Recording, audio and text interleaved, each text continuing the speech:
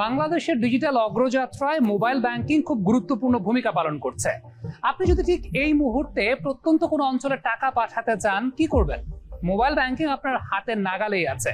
আপনি কোনো কিছু পারচেজ করছেন, কোনো ফুড পারচেজ করে সেটাকে কনজিউম করছেন, আপনার কাছে ক্যাশ নেই, আপনি কি করবেন?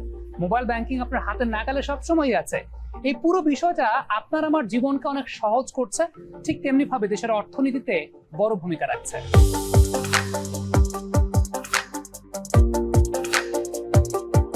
মোবাইল ব্যাংকিং এর তো প্ল্যাটফর্মগুলো আমরা জানি, পপুলার কিছু মোবাইল ব্যাংকিং প্ল্যাটফর্ম আছে যারা বিভিন্ন মাধ্যমে হেল্প করে থাকে আর কি জনগণকে।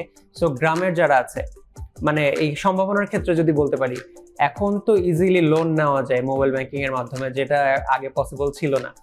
তারপরে হচ্ছে গিয়ে আপনার বাইরে থেকে, বিদেশ থেকে টাকা পাঠাচ্ছে, ইজিলি এটা করা যাচ্ছে। সো মোবাইল ব্যাংকিং তো আমাদের জীবনের সাথে একদম ওতপ্রোতভাবে লেগে আছে আর কি। সো এটার যেমন সুবিধা আছে তেমন অসুবিধাও তো কিছু থাকবেই, এটা স্বাভাবিক। সো অসুবিধার কথা যদি আমি চিন্তা করি, পাসওয়ার্ড সেভ করার ক্ষেত্রে আমাদের একটু কেয়ারফুল থাকতে হবে। শেয়ার করার ক্ষেত্রে অনেক সময় এমন হয় যে পাবলিক গ্যাদারিং এর মধ্যে আমি যখন থাকি অথবা পাবলিক ট্রান্সপোর্টে যখন থাকি, তখন কিন্তু আমরা অনেক সময় লগ ইন করে থাকি আমাদের প্ল্যাটফর্মগুলোতে, মোবাইল ব্যাংকিং এর প্ল্যাটফর্ম থাকে। তো তখন কিন্তু আমরা আশেপাশের কথা চিন্তা করি না, কে দেখছে আমি যে লগ ইন করছি।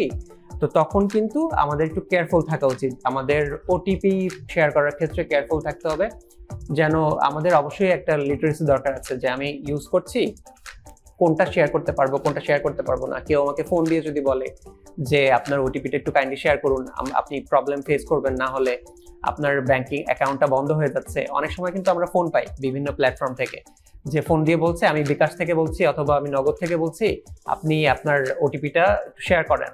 সো এক্ষেত্রে আমাদের কেয়ারফুল থাকতে হবে যেন আমরা কোনো মাধ্যমেই, মানে কোনোভাবেই যেন আমাদের এই যে গোপন যে নাম্বারটা, গোপন যে পিনটা, সেটা আমরা কোথাও শেয়ার না করি এবং ওটিপিও যেন শেয়ার না করি। এটা যদি আমরা করতে পারি তাহলে মনে হয় আমরা এইটাকে খুব ভালোভাবে আমরা ইউটিলাইজ করতে পারবো আমাদের মোবাইল ব্যাংকিংটা।